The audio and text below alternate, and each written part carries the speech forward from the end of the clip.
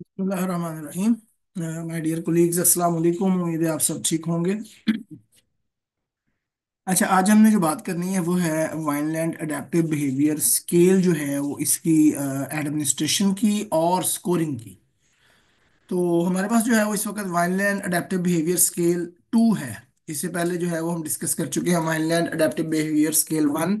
उसकी स्कोरिंग का भी अगर किसी को इशू है तो वो मुझे बता सकता है। मैं उसकी स्कोरिंग भी जो है वो वीडियो बनाकर जो है वो उसकी रिकॉर्डिंग आपको भेज दूंगा। लेकिन अभी जो है वो हम, चूंकि ज़्यादा हम यूज़ कर रहे हैं वाइनलैंड अडेप्टिव बिहेवियर स्केल 2, तो इसकी जो है वो एडमिनिस्ट्रेशन और स्कोरिंग को जो है वो हम देख लेते हैं। तो ये एक फॉर्म है VABS 2 का, जिसमें जो है वो आप देखें ये वाला फॉर्म है। इसमें तमाम डोमेन्स जो हैं वो रिसेप्टिव, एक्सप्रेसिव, रिटर्न। VABS 1 में आपने देखा था कि तमाम डोमेन्स जो हैं वो इकट्ठी थी, मतलब कम्युनिकेशन की जो डोमेन थी उसमें रिसेप्टिव भी साथ चल रही थी, एक्सप्रेसिव भी साथ चल रही थी और रिटर्न भी साथ चल रही थी। लेकिन जब हम VABS 2 में आए तो वहां पे हमने देखा कि रिसेप्टिव, एक्सप्रेसिव और रिटर्न जो है वो अलग अलग चल रही हैं। सबसे पहले हमारे पास आ जाती है रिसेप्टिव डोमेन। ठीक है जी। उसके बाद आ जाती है, अगर हम इसको खत्म आगे चलते हैं इससे, तो फिर आ जाती है जी एक्सप्रेसिव डोमेन। तो इसी तरह करके जो है वो आगे फिर आ जाती है हमारी रिटर्न डोमेन। तो ये है जी VABS 2। अब हम खोल लेते हैं। मैंने एक मेरे पास VABS 2 जो है वो मैंने एक डमी किया हुआ है ताकि हम डिस्कस कर सकें चीज़ों को। तो अच्छा, ये मैनुअल है, दिस वन। देखिए, सबसे पहले आ जाती है यहाँ पे क्लाइंट के बारे में इंफॉर्मेशन, कि क्लाइंट का नाम क्या है, मतलब जिस बच्चे पे आप कर रहे हैं उसका नाम क्या है। हमजा जो है ये एक समझ ले कि इमेजिनेटरी जो है वो बच्चा है। मैंने इसको जस्ट सपोज किया है, इसको कोई ऐसे इस नाम का बच्चे का मैंने ये टेस्ट नहीं किया, बल्कि मैंने जस्ट जो है डमी टेस्ट किया हुआ है ये, सिर्फ डिस्कशन के लिए। ठीक है। उसके बाद उसका जेंडर हम लिख लेंगे, उसका क्लास वगैरह लिख लेंगे, अगर जिस क्लास में पढ़ता है, स्पेशल स्कूल, स्पेशल एजुकेशन का इदारा या कोई और समथिंग। उसके बाद है घर में बोली वाली जाने वाली जुबान, आप कौन सी जुबान बोलते हैं घर में। फिर यहाँ पे आ जाता है उसकी उम्र, क्रोनोलॉजिकल एज, जो कि आपको निकालनी आती है, आई एम श्योर। ठीक है। उसमें सबसे पहले जो है वो अंग्रेजी वाले में हम इधर ईयर होता था, इधर मंथ होता था, इधर साल होता था, सॉरी इधर जो है वो डेट होती थी उसकी। तो चूंकि ये उर्दू में है तो इधर, इसलिए इधर साल है, इधर माह है और इधर दिन है। लेकिन आपने निकालना है जब भी स्टार्ट करना है, चाहे अंग्रेजी वाला हो चाहे उर्दू वाला फॉर्म हो, चाहे दिन इधर हो चाहे दिन इधर हो, आपने स्टार्ट दिनों से ही करना है। तो यहाँ से हम स्टार्ट कर लेते हैं। आप देखिए, 4 दिन थे ऊपर, और उसमें से हमने जो है वो उसकी तारीख पैदाइश जो है वो ये सबसे ऊपर है। इंटरव्यू लेने की तारीख 4/12/2024। अभी मैंने इसको जो है वो लिखा है। ठीक है, मैंने सपोज किया है कि आज इंटरव्यू हुआ है, और तारीख पैदाइश बच्चे की है 6/11/2002। ठीक हो गया जी। तो अब हम सबसे पहले हम क्या करेंगे कि ये दिन निकालेंगे कि बेसिकली बच्चे की उम्र दिनों में कितनी है। यहाँ 4 था, 4 में से आप 6 नहीं निकाल सकते। हमने यहाँ महीनों से, ये जो महीने थे 12, हमने एक महीना इधर बोरो किया, तो यहाँ आके 30 डेज बन गया। इधर महीना था ना, तो महीना जब हमने यहाँ से उठाया यहाँ लेके आए, तो यहाँ चूंकि दिन थे तो हमें दिन चाहिए थे, तो हमने उस महीने को दिनों में कन्वर्ट कर लिया, तो ये 30 डेज हो गए। ये देखिए 30, और उसमें आपने ये वाले 4 दिन प्लस किए तो 34 हो गए। 34 में से हमने 6 निकाले तो 28 आ गया। अब यहाँ पे हमारे पास रह गए थे, चूंकि पहले 12 थे, हमने एक बोरो कर लिया था महीना, तो हमारे पास 11 रह गए। 11 में से हमने 11 निकाले, जीरो, और ये 2024 में से 2002 निकाला, यानी जो है वो 24 में से 2 निकाल दें तो 22 साल। तो बच्चे की उम्र आ गई 22 साल 28 दिन। तो हमने चूंकि डिस्कस किया था कि अगर 15 दिन से ज्यादा हो दिन, तो हम क्या करते हैं, इधर एक महीना जो है वो ऐड कर देते हैं, इंक्रीज कर देते हैं, और दिनों को खत्म कर देते हैं। तो हम सपोज करेंगे हमारे पास बच्चा जो है वो 22 साल और 1 महीने का है। उसके बाद जवाब देने वाले के बारे में मालूमात, जवाब कौन दे रहा है, उसकी मदर है, फादर है, वो आप उसका नाम, उसका जेंडर, उसका टेलीफोन, और उसका जो है उसके साथ, बच्चे के साथ रिश्ता, लाइक मदर ज्यादा अमूमन हम बुलाते हैं तो मदर लिखेंगे। फिर इंटरव्यू लेने वाले के बारे में मालूमात होंगी कि इंटरव्यू ले कौन रहा है। ठीक है, और क्या नाम है उसका, उसका डेजिग्नेशन, ओहदा क्या है, साइकोलॉजिस्ट जिस तरह हम हैं। फिर ठीक है, मैं अगर अपना लिखूं तो मेल हूं, तो मैंने यहाँ पे मेल लिख दिया। आप फीमेल है तो आप फीमेल लिखेंगी। तो ये तो थी बेसिक इन्फॉर्मेशन। अब आ जाते हैं हम असल काम की तरफ के। बेसिकली हमने एडमिनिस्ट्रेशन कैसे करनी है। मैंने हमेशा बताया है, सबसे पहले भी मैंने बात की है कि आपने बच्चे की क्रोनोलॉजिकल एज देखनी है। अगर नॉर्मल बच्चा है, अगर बिल्कुल जनरल एजुकेशन का है, तो आपने क्रोनोलॉजिकल एज देखनी है। और क्रोनोलॉजिकल एज से आपको 3-4 साल जो है वो नीचे से आप टेस्ट स्टार्ट कर सकते हैं। लेकिन चूंकि इंटेलेक्चुअली डिसेबल बच्चा है, तो आप 7-8 साल से नीचे भी जो है वो उसकी एज से नीचे भी स्टार्ट कर सकते हैं। लेकिन मैं आपसे रिकमेंड करूंगा, ये एक शॉर्टकट है, कि अगर इंटेलेक्चुअली डिसेबल बच्चा है तो आप 3 साल से शुरू करें। उसकी वजह यह है कि जब आप 3 साल से शुरू करेंगे, तो अगर आप ऊपर की जानब आएंगे, अगर बच्चे को नीचे की जानब सही जवाब भी देगा तो बहुत ज्यादा आगे बच्चा नहीं जाता। मेरा एक्सपीरियंस ये है कि बच्चा 4-5-6 साल तक जाएगा। और अगर बच्चा ऊपर की जानब भी, आप बेजल एज भी निकालते हैं या ऊपर की जानब टूज भी हासिल करने की कोशिश करते हैं, तो बहुत ज्यादा ऊपर नहीं जाते। आप 4-5 आइटम आप ऊपर पूछेंगे, 5-6, तो बच्चा जो है वो आपको 4 कंजेक्टिव टूज जो है वो दे देगा। तो मैं ये रिकमेंड करता हूँ, आगे आप एक्सपर्ट्स हैं, आप अपनी मर्जी कर सकते हैं, आप अपनी मर्जी करें, करते भी होंगे। लेकिन मैं अगर अपनी बात करूं, तो मैंने एक्सपीरियंस किया है कि आप 3 साल से अगर शुरू करें तो आपकी डोमेन जल्दी खत्म हो जाती है और आपका टाइम भी ज़ाया नहीं होता, और आपको जो है वो ज़्यादा सवाल भी पूछने नहीं पड़ते। तो सपोज मैंने जो है वो स्टार्ट कर लिया जनाब 3 साल से। पहला जो है सवाल मैंने पूछा, मतलब पहला सवाल ये था, उसकी वालदा से मैंने पूछा कि क्या बच्चा पूछे जाने पर जिस्म के कम से कम 5 हिस्सों, मसलन उंगलियां, पंजा, कोहनी, दांत वगैरह की निशानदेही कर लेता है। ठीक है। तो उन्होंने कहा कि हाँ जी कर लेता है, तो मैंने यहाँ पे 2 मार्क कर दिया। अब चूंकि सही जवाब है 2 है, तो मैं अगले सवाल पे आ गया। यहाँ निस्बतन पेचीदा हदायत, मसलन क्रेयॉन या पेपर ला दो, बैठ जाओ और खाना खा लो वगैरह पर अमल करता है? उसने कहा हाँ जी करता है। तो यहाँ पे मैंने एक और 2 लगा दिया। अब मैं और इससे आगे आ गया, क्योंकि अभी 2s आ रहे हैं या 1 भी आते हो, मैं फिर भी आगे जाता जब तक 0 ना आता। अब आगे आगे आ गया, अगर और तू की सूरत में दी गई हदायत, मसलन अगर तुम बाहर जाकर खेलना चाहते हो तो अपनी चीज़ों को समेट लो वगैरह पर अमल करता है? अच्छा, उसकी वालदा ने कहा जी नहीं ये नहीं करता। ठीक है, ऐसा नहीं हो कहता, ये ऐसा नहीं समझता, ये ऐसा नहीं करता। अब हमारे पास फर्स्ट एरर आ गया। अब ये देखिए मैंने लाइन लगाई हुई है, जैसे ही फर्स्ट एरर आया, ये लाइन यहां से होती हुई ये दोबारा वहां चली गई जहां से हम रिटर्न हुए थे, यानी कि जहां से हमने शुरू किया था। तो यहां से हम नीचे आए थे ना, यहां से आगे आए। तो क्योंकि यहाँ पे जो है वो उसने सही जवाब दिया था, तो यहाँ हम आ गए, ये सवाल हम पूछ चुके थे। तो हमने क्या करना है, फर्स्ट एरर जहां आ जाए वहां से उधर ऊपर को लौट जाना है जहां अभी सवाल आपने नहीं पूछे। तो यहां से तो आप पूछ चुके थे 11 से। तो आपने क्या करना है, वापस 11 पूछा आपने, फिर आपने 12 पूछा। जब आपने 13 नंबर सवाल पूछा तो उसने नहीं कहा, तो आप वापस पहला एरर आ गया, तो आप लौट के जो है सवाल नंबर 10 पे आ गए। ठीक हो गया, क्योंकि 11 तो आप ऑलरेडी पूछ चुके थे। अब 10 पे आए, उसने कहा हाँ जी। आप ऊपर चले गए, उसने कहा जी हदायत को गौर से सुनता है कभी कभार। ठीक है, एक आपने दे दिया। उसके बाद आपने अगला सवाल पूछा, टूज में जवाब आया, फिर उससे अगला सवाल पूछा, ऊपर अब जाते जाएंगे जब तक 4 कंसेक्टिव टूज ना आ जाए। फिर उसने 2 में जवाब दे दिया, फिर आपने अगला सवाल पूछा, 2 में जवाब दे दिया, फिर अगला पूछा, 2 में जो है वो जवाब दे दिया।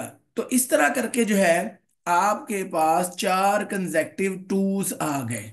अब जब आप 4 कंसेक्टिव टूज आ गए, तो आपने रुक जाना है यहां पर, आपने मजीद ऊपर नहीं जाना। और ये जो 4 कंसेक्टिव टूज में जो पहला टू था ये वाला, इस पे आप सामने लिख देंगे बेजल आइटम। ये है बेजल आइटम, ठीक है। तो ये चूंकि अब हमने यहाँ पे स्कोर भी करना है, तो इस तरह की चीजें हमें करनी पड़ेगी, क्योंकि उन्होंने यहाँ पे दिया हुआ है item before bezel, bezel item through ceiling item. तो बेजल आइटम का जिक्र है, लिहाजा हमने सबसे पहले क्या किया, बेजल आइटम निकाल लिया। बेजल आइटम कौन सा होगा, पहला 4 कंसेक्टिव टूज में जो सबसे पहले उसने 2 जवाब दिया था, 2 आया था जिस जवाब पे, उसको हम कहते हैं बेजल आइटम। अब यहाँ पर बेजल आइटम आ गया। अब यहाँ पे चूंकि हमने रोक दिया टेस्ट, चूंकि यहाँ पे 4 कंसेक्टिव टू आ गए, तो हमने क्या किया, हमने टेस्ट रोक दिया। और ये देखें लाइन आ रही, वापस हम वहां पे आ गए जहां उसने पहली गलती की थी। यहाँ उसने पहली गलती की थी ना, तो हम वापस क्या हुआ, यहाँ पे आ गए जहां उसने पहली गलती की थी, और उससे हमने सवाल पूछा। उस गलती से अगला जो सवाल है वो हमने पूछना है, क्योंकि गलती वाला तो पूछ चुके हैं। अब यहाँ भी उसने जो है वो एक जवाब दे दिया, हम आगे गए, यहाँ पे उसने 0 दे दिया, हम और आगे गए, यहाँ भी 0 दे दिया, और आगे गए, यहाँ भी 0, और आगे गए, यहाँ भी 0। तो अब हमारे पास 4 कंसेक्टिव 0 आ गए हैं।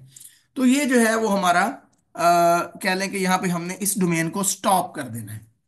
ठीक है, ऊपर हमें 4 कंसेक्टिव टूज मिल गए थे, यहाँ हमें 4 कंसेक्टिव 0 मिल गए हैं।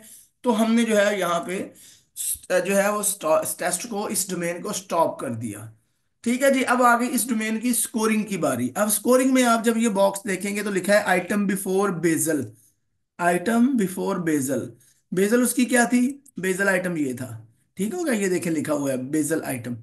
अब यहाँ पे है आइटम बिफोर बेजल, यानी हमने बेजल से ऊपर जितने भी आइटम है वो गिन लेने हैं। 1 2 3 4 5 6 7, ये 7 आइटम जो हैं ये बेजल से ऊपर ऊपर हैं।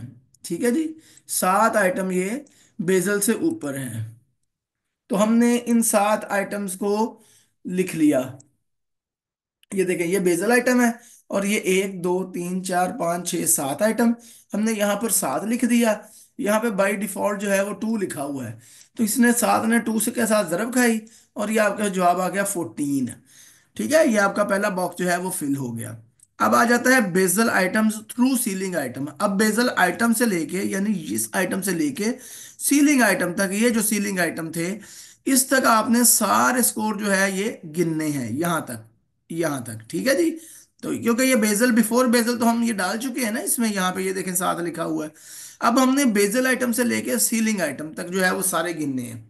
सीलिंग आइटम की मैं डिटेल में नहीं जाऊंगा क्योंकि वो कंफ्यूज हो जाता है बंदा। आप सिर्फ याद रखें सीलिंग वही होती है जहां पे टेस्ट खत्म हो जाता है। ठीक हो गया। अब ऐसे मैं बता दूं आपको कि सीलिंग आइटम हम उसको कहते हैं जहां पे 4 कंसेक्टिव जीरोज में से पहला जीरो है। जिसी तरह यहाँ पे बेजल उसको कहते हैं जो 4 कंसेक्टिव टूज में से पहला टू है, इसको बेजल हमने कहा था।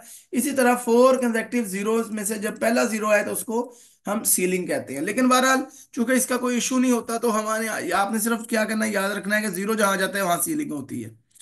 अब क्या है जी, अब आपने अगला बॉक्स जो है वो लिखना है डीके आर मिसिंग टोटल। अब डीके हमारे पास कोई भी नहीं था, हमने जीरो लिख दिया। उसके बाद एनओ टोटल, नो अपॉर्चुनिटी हमारे पास कोई नहीं था, हमने जीरो लिख दिया। अब आ गया सम ऑफ टूज एंड वंस। अब जो यहाँ इसका तो हमने हिसाब पहले कर लिया था, बेजल आइटम से ऊपर ऊपर वो हमने यहाँ लिख लिया था। अब बेजल आइटम से लेके नीचे तक जितने टूज और वंस का सम है तो गिन लें। ये बेजल आइटम है, इसका 2 और 3 4 5 6 7 8 9 और 10, यहाँ पे हमने लिख दिया 10। ठीक है, सम ऑफ टूज एंड वंस। अब इसको हमने जब सारे को जमा किया तो ये आ गया 14 और 10 24, तो 24 आ गया। तो आपके पास रिसेप्टिव रॉ स्कोर जो है वो 24 आ गया। राइट। अब ये आपकी जो है वो एज डोमेन हो गई। अब हम आ जाते हैं एक्सप्रेसिव डोमेन पे। एक्सप्रेसिव डोमेन भी एज इट इज, हमने ये यहाँ से कहाँ से स्टार्ट किया, यहाँ से हमने ये अगले सफे से, क्योंकि ये 3 सफों की डोमेन है तो मैंने 3 साल से स्टार्ट किया फिर इसको, क्योंकि अमूमन मैं टेस्ट जो है वो 3 साल से स्टार्ट करता हूँ। अब ये देखें मैंने लिखा हुआ है स्टार्ट, तो यहाँ पर जो है वो मैंने स्टार्ट किया। पहला सवाल मैंने पूछा, पूछने पे अपना नाम पूरा नाम बताता बताती है, तो उसने कहा हाँ बताता है, मैंने 2 दे दिया। मैं अगले सवाल पे आ गया, अगले पे उसने 0 दे दिया, उसने कहा ये काम नहीं वो करता। अब क्या किया मैंने, अब मैं नीचे नहीं जाऊंगा बल्कि ये देखिए एरो का फर्स्ट एरर है, तो मैं बिल्कुल ऊपर चला गया जहां से मैंने पहला सवाल ये पूछा था, और इससे ऊपर मैं चला गया। ऊपर की जानब जाना है ना, जब पहला आ जाना है गलत जवाब। फिर आपने ऊपर पूछा 2 आ गया, फिर 1 आ गया, फिर 2 आ गया, पूछते गए, फिर 2 आ गया, 1 आ गया, 2 आ गया। फिर आप इसी डोमेन के अगले सवाल पे, यानी कि ये 23 नंबर सवाल है तो ऊपर को जाना है, ये 22 नंबर है। ठीक है, यहाँ पे आप आ गए, फिर 2 आ गया, फिर 2 आ गया, फिर 2 और 2, इस तरह करके 3 4 टूज आ गए। आपने देखा कि 4 कंसेक्टिव टूज आ गए हैं, बल्कि यहाँ पे भी जो 2 था इसको मिला के ये 5 हो गए हैं। तो जब तक ये तो मतलब यहाँ पे चूंकि नहीं नजर आ रहा था पिछला, तो मैंने अगला सवाल भी पूछ लिया, फिर मुझे आइडिया हुआ कि यहाँ 4 आया। तो मैंने देखा पीछे तो नहीं है, देखा तो पीछे भी एक सवाल 2 था।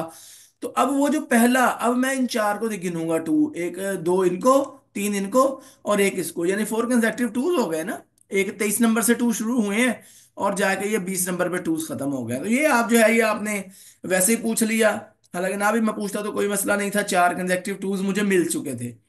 तो अब इसमें क्या होगा, इन 4 कंसेक्टिव टूज में सबसे पहला जो 2 था वो ये वाला था। ठीक है, उसके बाद सारे 2 आए हैं। तो 4 कंसेक्टिव टू में ये आइटम जो है वो बेजल आइटम है। अब इस आइटम से ऊपर ऊपर जितने भी आइटम है ये सारे, ये टोटल जो है वो 22, ये 22 आइटम जो है वो, चूंकि यहाँ सारे टूज हमने दिखने हैं, चूंकि ये बेजल आइटम था, इससे ऊपर ऊपर जितने भी आइटम है ये 22 हैं। 22 को हमने खाने में लिख दिया यहाँ पर, ये देखें आइटम बिफोर बेजल। इसको 2 से जरब दिया हमने, 44 आ गया। उसके बाद अब हम अगला बॉक्स देखेंगे कि डीके या मिसिंग तो है नहीं हमारे पास, तो हमें कहीं डीके भी नजर आ जाएगा। ये डीके है एक, ठीक है। इस पेज पे, इस एक्सप्रेसिव के इस पेज पे कोई डीके नहीं है। यहाँ पे सिर्फ एक डीके है, तो हमने यहाँ पे जो है वो डीके एक लिख दिया। अब आ गए हम नो अपॉर्चुनिटी यानी एनओ पे, तो वो कोई नहीं था, जीरो। फिर हम सम ऑफ टूज और वंस। अब हमने क्या करना है, इस बेजल आइटम इसका तो हिसाब हमने पहले कर लिया ना ऊपर साथ साथ ये वाला। ठीक है, अब बेजल आइटम से लेके हमने नीचे तक देखना है टूज और वंस का सम कितना है। ये दो, तीन, उसके बाद आ गया चार, पाँच, छः, सात, आठ, नौ, 10, 11, 12, 13, 14। 14 है, ठीक है जी, देखते हैं 14 ही है, हाँ जी 14 ही है। तो ये 14 आ गया बेजल आइटम से लेके नीचे सीलिंग तक जो है वो आपके पास सम ऑफ टूज एंड वंस कितना आ गया, 14। तो ये 14 आ गया जी। अब यहाँ पे आप एक्सप्रेसिव स्कोर को सम कर लें, ये आ गया। अब इसमें जो है जनाब अली आप 44 और एक 45, 45 और 14 कितना होता है जनाब, 59। 59 हमने यहाँ पे लिख लिया। अब ये एज हो गई, इसी तरह जो है वो हम अगली रिटर्न एज डोमेन पे आ जाते हैं। रिटर्न में हमने शुरू किया जनाब, चूंकि ये 3 साल यहीं से है तो हमने थोड़ा सा नीचे करके शुरू कर लिया। ठीक हो गया। ये सवाल हमने पहला पूछा उससे, क्योंकि 3 से 5 तक ये सवाल है, तो मैंने आपसे बताया कि कोई भी सवाल आप पूछ लें, 3 से 4 से 5 से 6 7 से, जहां मर्जी शुरू कर लें आप एज से। लेकिन मैं अमूमन जो है वो 3 साल से शुरू करता हूँ। तो मैंने 3 साल में जो है ये सबसे ऊपर सवाल था, तो मैंने थोड़ा सा नीचे करके जो है वो ये सवाल पहला पूछ लिया। ये वाला, कम से कम 10 प्रिंट किए हुए हरूफ तहजी को पहचान लेता है। तो उसने कहा नहीं। जैसे ही उसने कहा नहीं, मैं उससे ऊपर, मैंने आगे नहीं फिर गया, क्योंकि नहीं कहा ना, अगर यहाँ पे कहता हाँ तो फिर मैं आगे चलता, अगर यहाँ पे टू स्कोर आता। लेकिन यहाँ पहले सवाल पे ही जीरो आ गया है, तो मैं इसको रिटर्न होकर मैं वापस ऊपर वाले सवाल पे चला गया, उसने यहाँ पे टू दे दिया। फिर मैं ऊपर गया, यहाँ पे टू दे दिया और डोमेन खत्म हो गई। अब आप देखें, अब जब डोमेन खत्म हुई तो मैं फिर निचले सवाल पे आ गया जहां से मैं ऊपर गया था। तो यहाँ जब मैंने अगला सवाल पूछा, जीरो फिर जीरो फिर जीरो, जैसे ही 4 जीरो आए, मैंने यहाँ पे जो है वो डोमेन को खत्म कर दिया।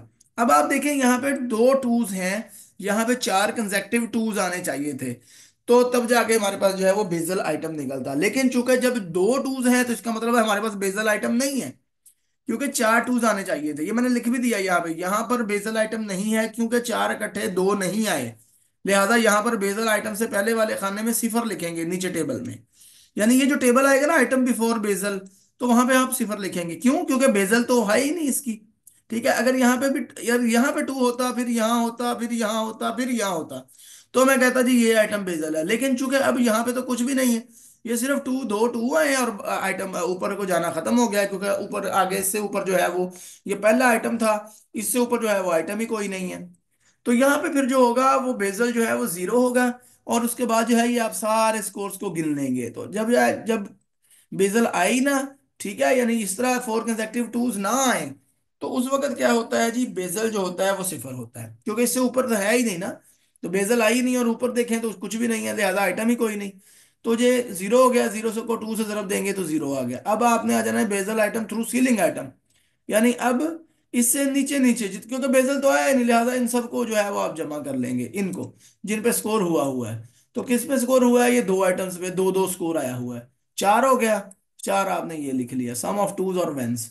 ठीक है, अब टोटल 4 को सब में जमा करें तो ये 4 ही है। तो ये आपकी आपके पास जनाब रिटर्न डोमेन, इस तरह हमारे पास 3 डोमेन्स आ चुकी हैं। सबसे पहले हमने रिसेप्टिव का देखा, रिसेप्टिव को स्कोर किया, उसके बाद हमने एक्सप्रेसिव को स्कोर किया, उसके बाद हमने जनाब रिटर्न को स्कोर कर लिया। अब इसी तरह सपोज, अब आगे एक शीट ये मैंने आखिरी शीट लगा दी है, तो मैंने सपोज कर लिया, चूंकि मैंने सारे आइटम्स वो मैंने डोमेन्स की, 3 डोमेन्स मैंने कर ली, तो ये जो है वो आपको जस्ट समझाने के लिए, उसके बाद जो बाकी डोमेन्स का स्कोर है वो मैंने सपोज कर लिया, ताकि हम अपने टेबल को आगे बढ़ा सकें। तो यहां पर जो है वो आप देखें वाइनलैंड टू स्कोर समरी। अब इस टेबल पर आपने सबसे पहले यहाँ पे क्या है, रॉ स्कोर, ये देखें सब domains on domains raw score, ये है जी इनका रॉ स्कोर। अब रॉ स्कोर में आ जाना है हमने, सबसे पहले आपके पास एक्सप्रेसिव में रॉ स्कोर कितना आ गया, 24 था। अभी देख लेते हैं, हमारे पास एक्सप्रेसिव डोमेन है इसमें, यानी सॉरी रिसेप्टिव डोमेन है, इसमें आपके पास है 24। ठीक है, तो हमने नीचे जो है वो इस समरी में रिसेप्टिव डोमेन के सामने 24 लिख दिया, ये देखें। उसके बाद हमने एक्सप्रेसिव डोमेन को देखना है। एक्सप्रेसिव डोमेन हमारे पास आ गई है जी, ये वाली, ये रिसेप्टिव है, अगली एक्सप्रेसिव है।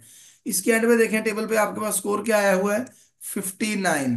तो आपने क्या किया है जनाब, 59 जो है वो आपने यहां पर लिख दिया है, ये वाला इसका रॉ स्कोर था। फिर आगे रिटर्न की डोमेन आ गई है। रिटर्न डोमेन में आप देखें कि ये रिटर्न डोमेन है, इसमें टोटल स्कोर उसका कितना आ गया, 4। तो आपने क्या किया, 4 लिख दिया। ठीक होगा जी, ये रिटर्न में आपने 4 लिख दिया।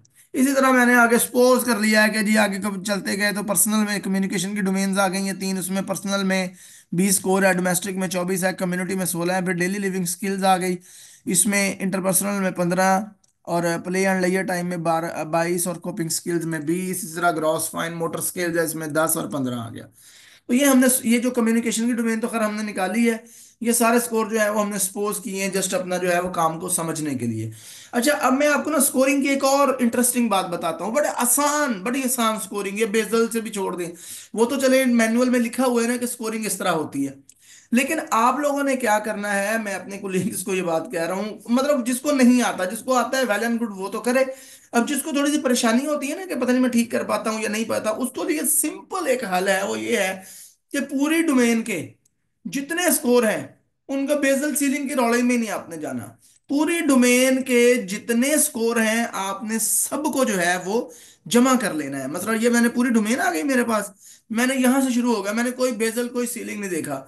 मैंने क्या किया, जैसे हम VABS 2 में जब 7 कंसेक्टिव टूज आते थे तो हम ऊपर वाले स्कोर्स को क्रेडिट दे देते थे, 2 2 सबको दे देते थे, ठीक है।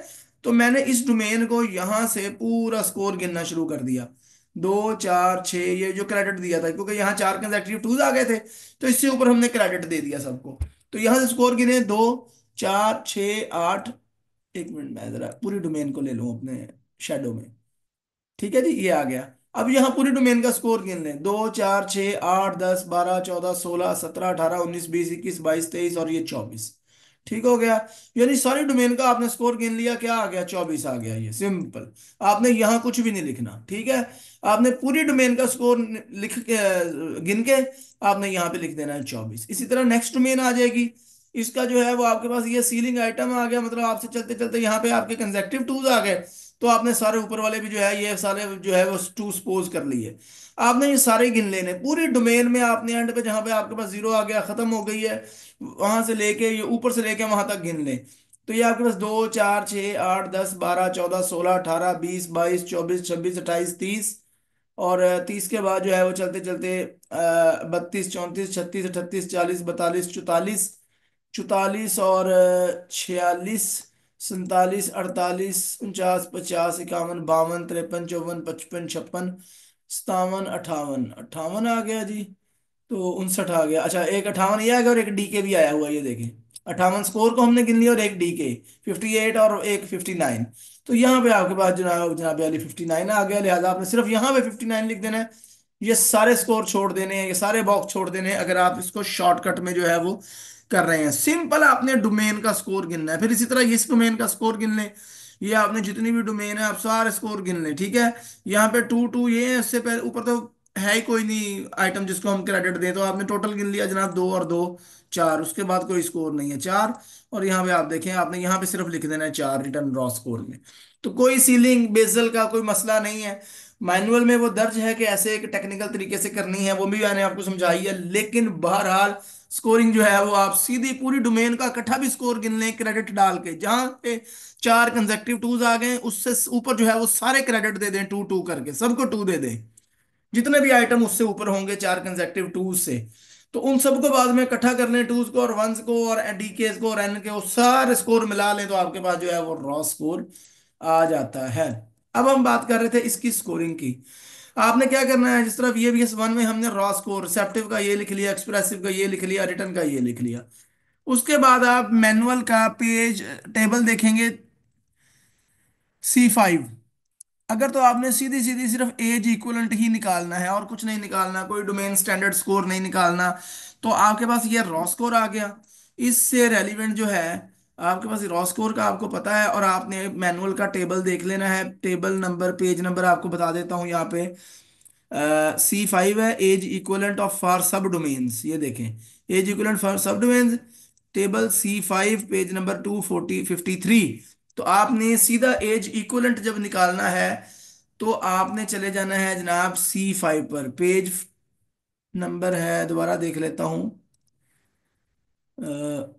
253। मैं मैनुअल भी आपको खोल के दिखा देता हूँ। ये हमारे पास मैनुअल है, 253 नंबर पेज पे हम आ जाते हैं। ठीक हो गया। ये हमारे पास आ गया, 241 आ गया। तो ये 253 पे हम आ जाते हैं अभी। ये 253 आ गया स्कोर, देखें ये पेज नंबर आ गया 253। ठीक है।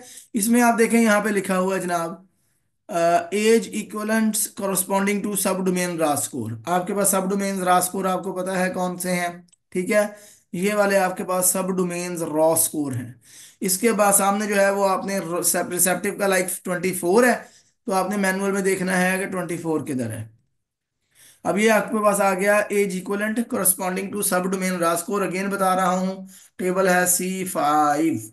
अब आपने कम्युनिकेशन का रास्कोर देखना है किधर है, ये नीचे 3 पेज, ये जो टेबल है ये 3 पेजेस पे है। ठीक है, यहां से शुरू हो रहा है नीचे से 255 से लेके ऊपर को फिर ये जा रहा है, यहाँ पे कम्युनिकेशन के थोड़े स्कोर से शुरू हो रहा है और ऊपर को जाते जाते फिर ये है 253 तक चला गया है, और यहाँ पे आके ये टेबल खत्म हो जाता है।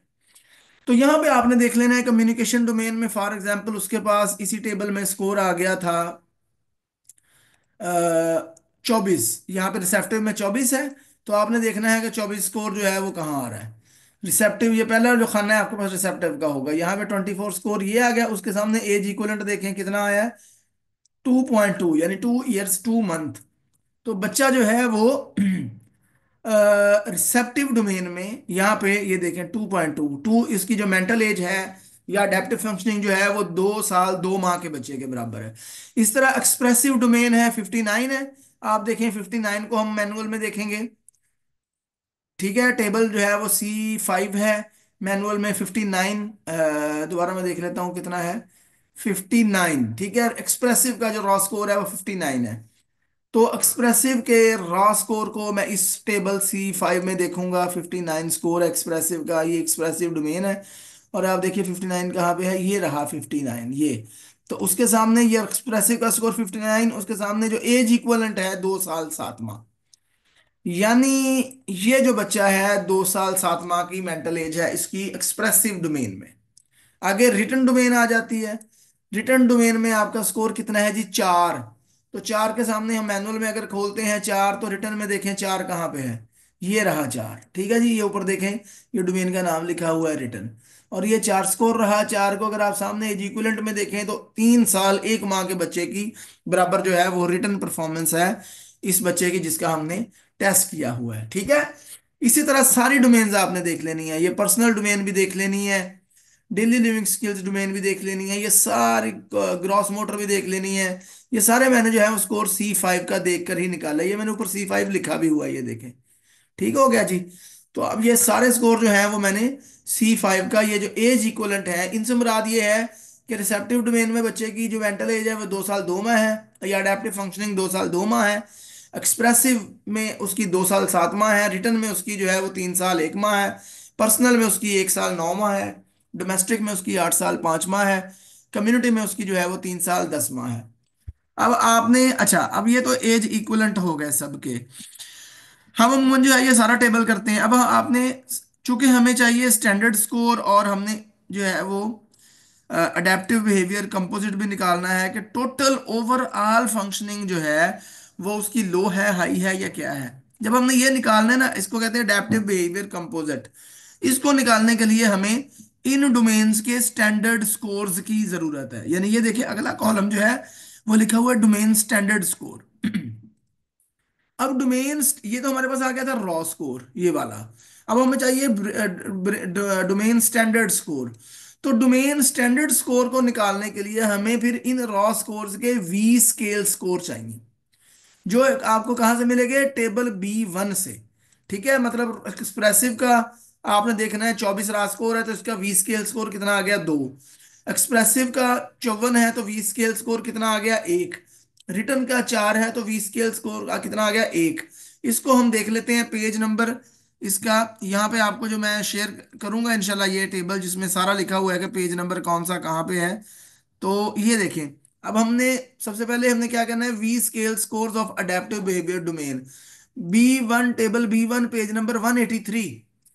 तो 183 पे हम आ जाते हैं जी, टेप पे 183, ये मैंने मैनुअल खोला हुआ है। ठीक है, तो 183 170 है, तो हम 183 पे आ जाते हैं।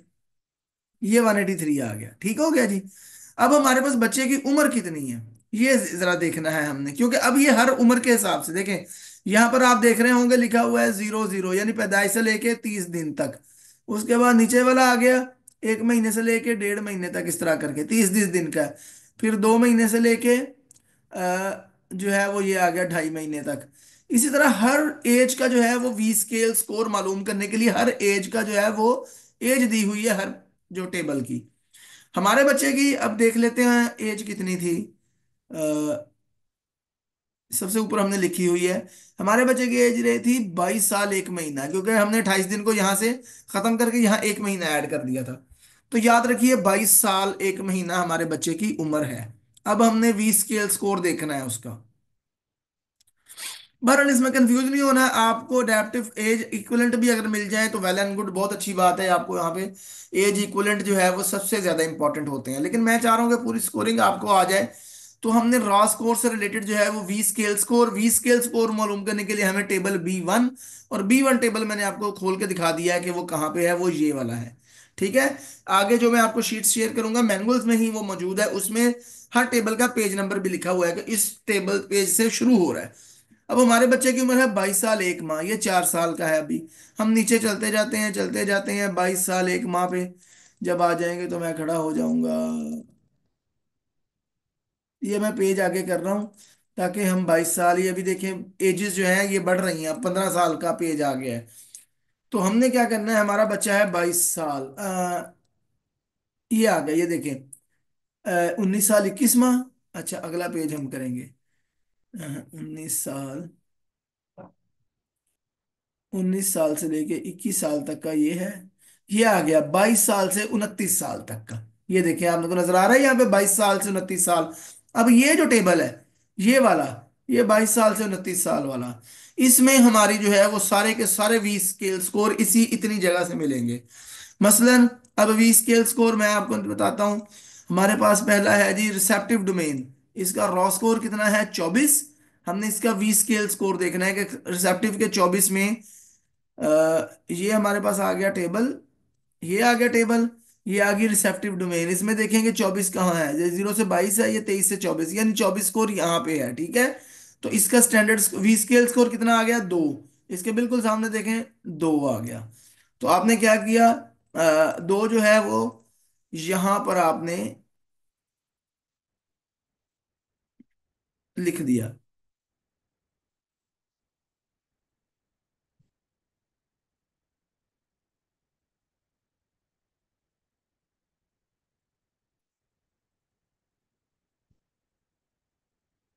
ये ले, यहाँ पे आपने 2 लिख दिया, आपने रिसेप्टिव डोमेन में रॉ स्कोर देखा। वी स्केल तो स्कोर के टेबल में तो 24, यहाँ पे एक्सप्रेसिव रिसेप्टिव का था, वहां पे वी स्केल स्कोर क्या आ गया 2। अब आप आगे आ जाएं, आपके पास आगे जो है वो जनाब एक्सप्रेसिव का 59 है। तो एक्सप्रेसिव का 59 में आप टेबल में देखेंगे कहाँ पे है, ये एक्सप्रेसिव है 59 आ जाता है जी, ये 0 to 59। ठीक है। तो इसका वी स्केल स्कोर कितना है यहाँ पे सामने देखें 0। तो वी स्केल स्कोर जो है वो इसका 0 है। तो यहाँ पे हमने कहाँ लगा दिया 0, सॉरी 1 है, 0 नहीं है 1 है। हाँ ये देखें 1 है। ठीक है 59 था, ये इसमें देखें एक वी स्केल स्कोर है। आपने यहाँ पे वी 1 लगा दिया। उसके बाद आप अगला देखें कहाँ पे है, रिटर्न में आपके पास 4 है। तो आपने रास स्कोर 4 का वी स्केल स्कोर देखना है B1 टेबल में। तो आप रास स्कोर 4 देखें कहाँ पे है, ये रिटर्न का आ गया। तो 4 ये है, ये 0 to 4, और 0 to 4 आपका रास स्कोर है, तो उसके बिल्कुल सामने देखें ये लिखा हुआ है इसका वी स्केल स्कोर 3। तो हमने यहाँ पर क्या लगा दिया जनाब 3। ये देखें हमने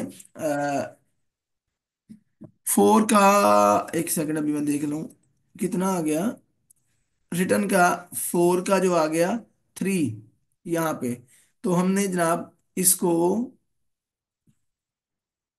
जो है वो यहाँ पर 3, हमारा यहाँ पे 3 आना चाहिए था, 1 लिखा हुआ है तो यहाँ पे 3 आएगा। तो ये जब आपके वी स्केल स्कोर्स आ गए तो आपने जनाब इनको जमा कर लेना है। जितना आ गया, फॉर एग्जांपल आपके पास 4 आ गया, चार का अब हम हमारे पास तमाम वी स्कोर, मतलब इसका भी वी स्केल स्कोर आ गया, एक्सप्रेसिव का भी आ गया, रिटर्न का भी आ गया। उसके बाद आपके पास पर्सनल का भी वी स्केल स्कोर आपने उसी B1 टेबल से देखना है। डोमेस्टिक का भी आपने B1 से देखना है, कम्युनिटी का भी आपने B1 से देखना है। इसी तरह फिर डेली लिविंग स्किल की सब डोमेन्स के आपने वी स्केल स्कोर भी है वो B1 टेबल से देखने हैं। रॉ स्कोर आपने देखने हैं, रॉ स्कोर के सामने आपका वी स्केल स्कोर लिखा होगा। अब आपने इन तमाम वी स्केल स्कोर्स को जमा कर लेना है। ठीक है। और जमा करने के बाद आपके पास आ गया, मतलब आपने दो और एक तीन और एक चार, तो ये चार आ गया। ठीक है। उसके बाद आपने अगले आ गए वी स्किल स्कोर कम्युनिकेशन का, और ये कम्युनिकेशन का था। आगे डेली लिविंग स्किल्स का आपके पास आ गया एक और छः, सात और एक आठ। इसी तरह आपने डेली लिविंग स्किल्स का भी कर लिया, सोशलाइजेशन का भी आपने कर लिया, आपके पास आ गया नौ। इन तमाम डोमेन्स को जो सोशलाइजेशन की थी उनके वी स्केल स्कोर्स को आपने जमा किया तो नौ आ गया। उसमें फिर आपके पास आ गया सोशलाइजेशन। सोशलाइजेशन का जो है वो 5 साल की उम्र तक आप करते हैं। तो 5 साल से जो का ये बच्चा ज्यादा था, 22 साल का था, तो इसका वी स्केल स्कोर जो है वो इसके टेबल में मौजूद नहीं है, तो हमने लाइनें लगा दी। अब अगला जो है वो आपने डोमेन स्टैंडर्ड स्कोर निकालना है। वो कौन सा टेबल है, ये ऊपर मैंने लिखे हुए हैं B2 टेबल। B2 टेबल कौन से पेज पे है अभी हम देख लेते हैं। ये शुरू हो रहा है जी, standard score for adaptive behaviour domains B2 page. ये पेज नंबर है 230 से शुरू हो रहा है। 230 अगर आप निकालेंगे यहां से,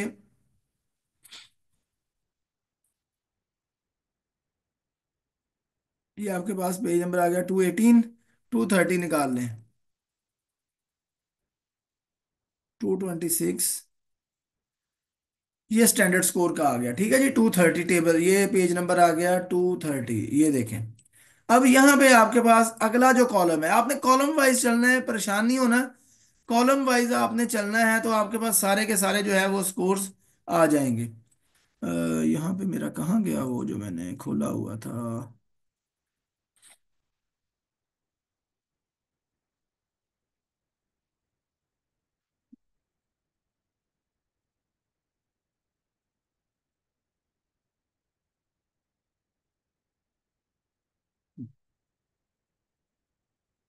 मैं जरा वो पेज खोलूँ, मेरा ख्याल है वो बंद हो गया है।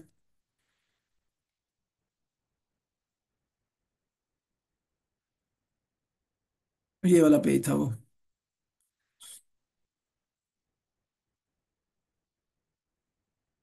ये आपके पास आ गया। ठीक है जी।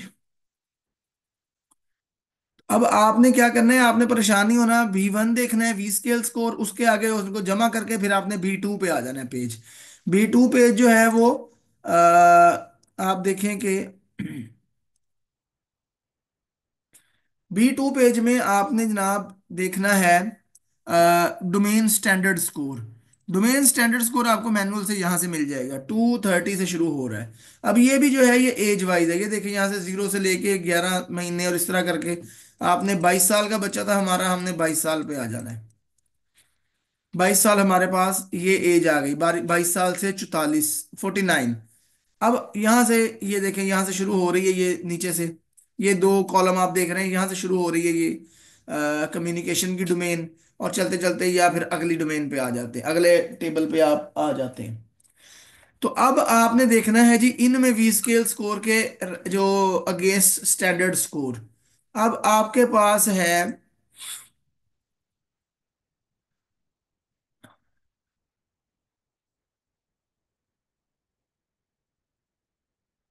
ठीक है, आपके पास अब इनको आपने वी स्केल स्कोर्स को जमा कर लिया तो कम्युनिकेशन का कितना आ गया, 4। 4 का आपने B2 में देखना है स्टैंडर्ड स्कोर कितना है। ठीक है। आपने 4 को देख लेना है, कम्युनिकेशन में था 4। 4 का आपने देख लेना है स्टैंडर्ड स्कोर। अब ये 3 से लेके 21 लिखा हुआ है, ये कम्युनिकेशन डोमेन का है। ठीक है, हो गया जी। तो यहाँ पे जो है वो आपने देखा कि 21 स्टैंडर्ड स्कोर है इसका। ये कम्युनिकेशन में 3 से 4 जो है वो 3 से 21 के दरमियान में ही आता है। तो ये आपके पास जो है ये स्टैंडर्ड स्कोर है।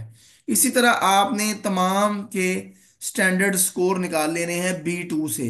आपने क्या देखना है, सम ऑफ वी स्केल स्कोर। फिर आपने डेली लिविंग का सम देखना है, 8 आ गया था। वी स्केल स्कोर का उसका आपने B2 में स्टैंडर्ड स्कोर देख लेना है। फिर आपने जो है वो सोशलाइजेशन का देख लेना है। इन तीनों स्टैंडर्ड स्कोर्स को जमा करके आपके पास आ गया सम ऑफ डोमेन स्टैंडर्ड स्कोर। 68। ठीक हो गया जी। सम ऑफ डोमेन स्टैंडर्ड स्कोर आपके पास आ गया 68। अब आपने क्या करना है, अगली चीज आपने क्या देखनी है, 68 में अडेप्टिव बिहेवियर कंपोजिट का स्टैंडर्ड स्कोर कितना आया है। इसको, सम ऑफ डोमेन स्टैंडर्ड स्कोर को आपने यूटिलाइज करते हुए अडेप्टिव बिहेवियर कंपोजिट का स्टैंडर्ड स्कोर देखना है। और वो किस में देखेंगे, ये B2 टेबल में ही वो देखेंगे। अब सम ऑफ डोमेन स्टैंडर्ड स्कोर कितना है, 68। तो आपने मैनुअल खोला और आपने ये जो एक रेंज लिखी हुई है स्कोर्स की, ये वाली, आपने इस रेंज में देखा कि 68 कहाँ है। तो ये देखें 62 से 76, ये पहले पहली लाइन, दिस वन 62 से 78 के 76 के दरमियान में ही कहीं 68 आ रहा है ना, क्योंकि 68 ये था 68। तो जब हमने 68 को देखा B2 टेबल में इस डोमेन में, तो आपके पास स्टैंडर्ड स्कोर कितना आ गया, इसके पैरेलल चलते जाएं चलते जाएं चलते जाएं, ये आ गया 20। तो अडेप्टिव बिहेवियर कंपोजिट का स्टैंडर्ड स्कोर जो है वो 20 आ गया। 20 आ गया जी। अब आपने इस 20 के अगेंस्ट अडेप्टिव लेवल देख लेना है पूरी डोमेन्स का, सब सारे आपके जो फंक्शनिंग है उसका। तो उसके लिए आपने C4 टेबल खोलना है। C4 टेबल आपका जो है वो किस पेज पे है जनाब, C4 पेज जो है वो 253 पे है। तो आपने मैनुअल का 253 पेज खोल लेना है। ये 243 है, 253 हम खोल लेते हैं। ये आ गया 253 टेबल, ठीक है। इसमें आप देखें, आपके पास था 20, मैल अडेप्टिव बिहेवियर कंपोजिट का स्टैंडर्ड स्कोर 20 था। और उसमें आप देखें आपका लो आ रहा है। उसके अगेंस्ट C4 में देखें standard score adaptive behaviour composite का कितना था, 20। तो 20 में आप C4 टेबल में देखेंगे क्या आ रहा है, लो आ रहा है या हाई आ रहा है। अब ये देखें, ये स्टैंडर्ड स्कोर है, ठीक है। 20 था, तो 20 से 22 था या कितना था, 20 था, ठीक है जी। तो 20 ये स्टैंडर्ड स्कोर है, 22 to 70। तो इसके बिल्कुल अगेंस्ट आप देखें तो ये आपका अडेप्टिव लेवल जो है वो बच्चे का लो आ रहा है। तो हमने बच्चे का अडेप्टिव लेवल जो है वो यहाँ पर लो लिख दिया, ये देखें, दिस वन। तो ये आपकी सारी स्कोरिंग है। बहरहाल आपने स्कोरिंग कैसे करनी है मैं आपको सिंपल मैंने बता दूंगा। आपने इतना लंबे चौड़े, ये मैंने पूरी स्कोरिंग आपको बता दी। आपने लंबे चौड़े रोले में नहीं पढ़ना, आपने रॉ स्कोर सारे निकाल लेने। और रॉ स्कोर जब आप आपके साथ होंगे यहाँ पे लिख लेंगे, तो फिर आपने C5 टेबल देख लेना है, ये वाला एज इक्वलेंट्स का C5 टेबल देख के आपने जितने भी एज इक्वलेंट्स हुए इन रॉ स्कोर के रिलेटेड C5 टेबल में, C5 टेबल आपको मैंने बता दिया ये वाला है, ये देखें, ये C5 टेबल है ये वाला, ठीक है। इसमें अब आपने सिंपली आ जाना है और आपने C5 टेबल में आपके एज इक्वलेंट हैं आपकी सब डोमेन के राज स्कोर के रिलेटेड। मसलन आपके पास सब डोमेन में रिसेप्टिव में 24 राज स्कोर है, तो आपने यहाँ पर 24 देख लेना है। रिसेप्टिव में 24, ये दो तीन पेज हैं इस टेबल के। तो रिसेप्टिव में 24 आ गया ये वाला, ये देखें, तो इसके सामने एज इक्वलेंट कितना है, 2.2, यानी रिसेप्टिव डोमेन में बच्चे की जो मेंटल एज है वो 2 साल 2 माह की है। ये मैंने यहाँ पे लिख दी है 2 साल 2 माह, ये देखें, दिस वन। इसी तरह एक्सप्रेसिव में आप 59 राज स्कोर है। अगर 59 राज स्कोर को आप टेबल C5 में देखेंगे तो बच्चे की यही 2 साल 7 माह निकल आई। रिटर्न में 4 राज स्कोर है, रिटर्न में अगर आप आगे चलेंगे तो 3 साल 1 माह निकल आई। तो आप अगर इस V स्केल स्कोर को, स्टैंडर्ड स्कोर को नहीं भी देखना चाहते तो कोई मसला नहीं। आपने जस्ट बच्चे का एज इक्वलेंट निकाल लेना है। एज इक्वलेंट निकाल लेंगे तो आपके पास ये सारी की सारी जो है वो मेंटल एज बच्चे की आ जाएगी।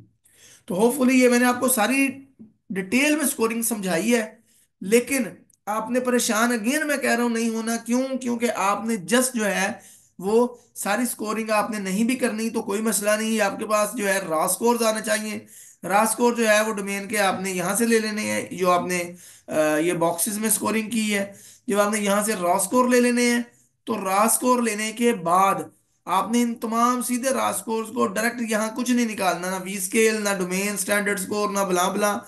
आपने इन्हीं रॉ स्कोर्स को सामने रखते हुए ये वाला टेबल देख लेना है C5। आपके पास इन रॉ स्कोर्स के साथ सारी डोमेन्स के आपके पास एज इक्वलेंट्स आ जाएंगे। ठीक हो गया जी। ये बेशक आप ये दरमियान वाली एक दो या तीन अडेप्टिव लेवल हो गया, डोमेन स्टैंडर्ड स्कोर हो गया, वी स्केल स्कोर हो गया, ये नीचे वाला अडेप्टिव बिहेवियर कंपोजिट हो गया। आप इसको अगर छोड़ना भी चाहें तो कोई बात नहीं, आपके पास अडेप्टिव लेवल्स आ जाएंगे। वो आपको सिर्फ रॉ स्कोर आपने पीछे से बुकलेट से देख के लिख लेना है कि आपने जो सवालों के बाद जो है वो आपने स्कोरिंग की थी।